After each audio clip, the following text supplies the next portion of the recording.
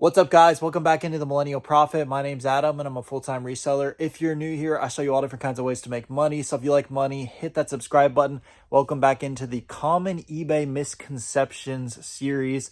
I just kind of came up with that off the top of my head. But basically in this series, I talk about a lot of common mistakes that people make on eBay and a lot of things that they think they have to do, but you really don't. I've been selling on eBay for over 16 years now, and these are based on my prior experiences, and it goes kind of against the common norm. So people usually get mad at these videos, but I'm just sharing my personal experiences and trying to help you make more money and worry about less of the things that you don't need to be worrying about. So in the first episode in this series, I talked about promoted listings and how they're a scam, how you don't need them to make sales on eBay.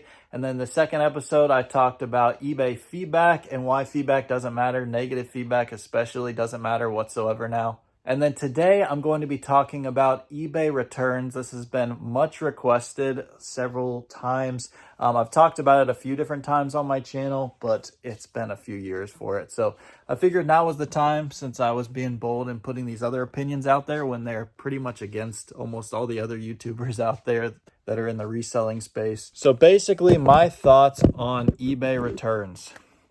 You don't need to allow returns on eBay to make sales. Like I said, I've been selling on eBay for over 16 years and I have always had returns off. It is not necessary whatsoever to make sales on eBay. I think a lot of people think that you have to offer the returns to make sales, and that's not the case because I make over 6,000 sales a year between my two eBay accounts and I have returns turned off.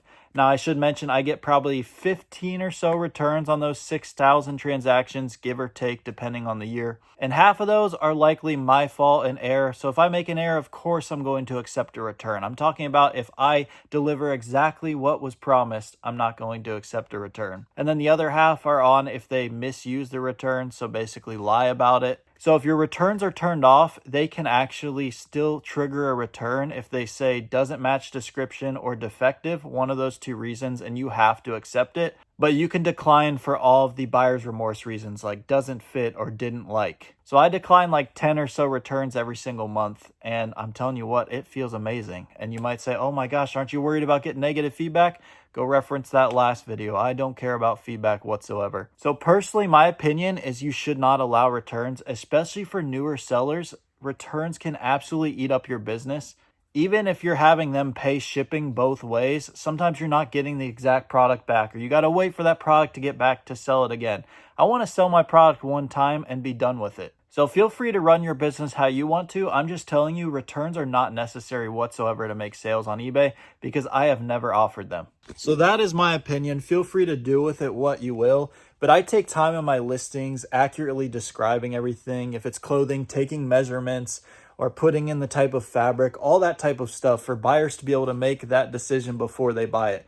I don't think buyers should just be able to willy-nilly buy things and not look at all of the stuff that I put in my listing, the pictures, the descriptions, the item specifics, and then just be able to return it because they didn't like it. Like, that's not my fault. I accurately listed everything. And I think it's up to you to make that decision before buying it, not after. I can't be Amazon over here. I'm Adamzon. So that is my personal opinion.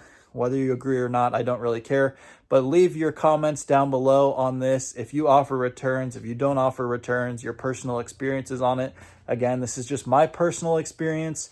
And I'm just trying to kill some common eBay misconceptions and show you that there are other ways to do it. You don't have to offer returns on eBay. If you're interested in my reselling Discord group, you can check that out. First link in the description.